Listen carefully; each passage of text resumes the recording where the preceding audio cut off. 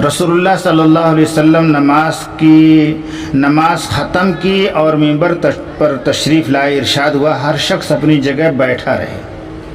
پھر دریافت فرمایا جانتے ہو میں نے تمہیں بیٹھے رہنے کے لیے کیوں کہا ہے؟ صحابہ کرام نے عرض کیا یا رسول اللہ کے رسول ہی بہتر جانتے ہیں۔ فرمایا انی واللہ ما جمعتکم لرغب ولا لرہبۃ، میں نے تمہیں رغبت دلانے یا ڈرانے کے لیے جمع نہیں کیا ہے، تمہیں جمع کرنے کا مقصد یہ بتانا ہے کہ تمیم داری جو پہلے نصرانی تھا اب اس نے آ کر اسلام قبول کر لیا، بیعت بھی کی ہے۔ پھر اس نے مجھے سے ایک ایسی بات بیان کی ہے جو میرے اس بیان کے مطابق ہے جو میں تم سے مسیح دجال کے بارے میں کیا کرتا تھا۔ اب اللہ کے رسول نے تمیم داری کی زبانی بیان کردہ بات سننا شروع کی۔ حضرت تمیم داری نے فرمایا کہ میں لخم اور جذام قبائل کے 30 آدمیوں کے ساتھ سمندر میں سوار تھا، یعنی 24 جہازوں میں سوار تھا۔ ایک بڑی موج آئی اور جہاز کو بہا کر لے گئی۔ سمندری طوفان میں ہمارا جہاز 1 مہینے تک ادھر ادھر لڑھکتا اور بھٹکتا رہا، پھر اس کا رخ ایک جزیرے کی طرف ہو گیا، یہاں تک کہ سورج غروب ہو گیا۔ جزیرے کے قریب پہنچ کر ہم ایک چھوٹی سی کشتی میں سوار ہو گئے، پھر جزیرے میں داخل ہوئی۔ ہم نے وہاں ایک گھنے اور کھردرے بالوں والا چوپایا دیکھا۔ بالوں کی بہتات کی وجہ سے اس کی اگلی اور پچھلی جانب کا کچھ پتہ ہی نہ چلتا تھا۔ لوگوں نے اس سے پوچھا تمہارے لیے بربادی ہو، تم کون ہو؟ وہ کہنے لگا میں جساسہ ہوں۔ پوچھا جساسہ کیا بلا ہے؟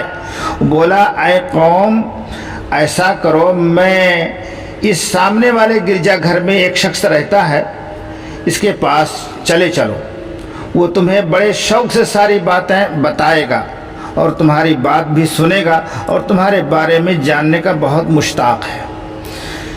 جب اس نے ہمیں متذکرہ آدمی کے بارے میں بتلایا تو ہمیں اس چوپائے کے بارے میں شیطان ہونے کا خوف ہوا۔ ہم لوگ جلدی سے اس آدمی کی طرف چل دیے اور گرجے میں داخل ہوئے۔ وہاں ایک آدمی تھا، وہ بہت لمبا تڑنگا، اس کے دونوں ہاتھ گردن کے ساتھ اور دونوں زانوں دونوں گھٹنوں تک لوہے کی زنجیر سے جکڑے ہوئے تھے۔ ہم نے اتنی سختی سے جکڑا ہوا آدمی کبھی نہ دیکھا تھا۔ ہم نے پوچھا ارے کمبخت تو کیا چیز ہے؟ وہ بولا تم لوگ اب میری خبر پالو گے، اب تمہیں میرا حال معلوم ہو جائے گا، پہلے تم بتاؤ کہ تم کون لوگ ہو؟ ہم نے کہا ہم عرب کے لوگ ہیں، ہم ایک سمندری جہاز میں سوار ہوئے، سمندر کی موجیں ہم سے 1 مہینے تک کھیلتی رہیں، ہم کسی نہ کسی طرح تیرے اس ٹاپو سے آ لگے۔ پھر ہم ایک چھوٹی سی کشتی میں بیٹھ کر ٹاپو میں داخل ہوئے۔ یہاں ہمیں ایک بھاری دم کا بہت گھنے بالوں والا جانور ملا۔ بالوں کی کثرت سے اس کے اگلے پچھلے حصے کی شناخت ہی نہ ہو پا رہی تھی۔ ہم نے پوچھا ہے کمبخت تو کیا بلا ہے؟ وہ بولا کہ میں جساسہ ہوں۔ ہم نے پوچھا جساسہ کیا ہے؟ اس نے جواب دیا تم لوگ اس آدمی کے پاس چلے چلو جو گرجے کے اندر ہے، وہ تمہاری خبر کا بے حد مشتاق ہے۔ چنانچہ ہم لوگ تیرے طرف دوڑتے ہوئے آئے، تیرے پاس آ پہنچے اور ڈرے کہ مبادا تو کوئی بھوت پریت تو ہے۔ زنجیر میں جکڑے ہوئے آدمی نے پوچھا اچھا تم لوگ مجھے بیسان کی نخلستان کے بارے میں بتاؤ۔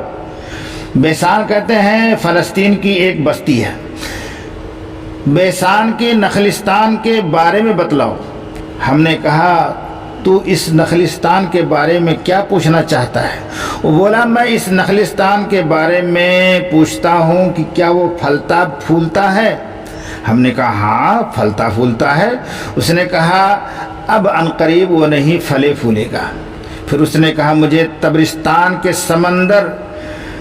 یہ سمندر جو فلسطین میں ہے، جو فلسطین اور اردن کے درمیان کے سرحد پہ ہے،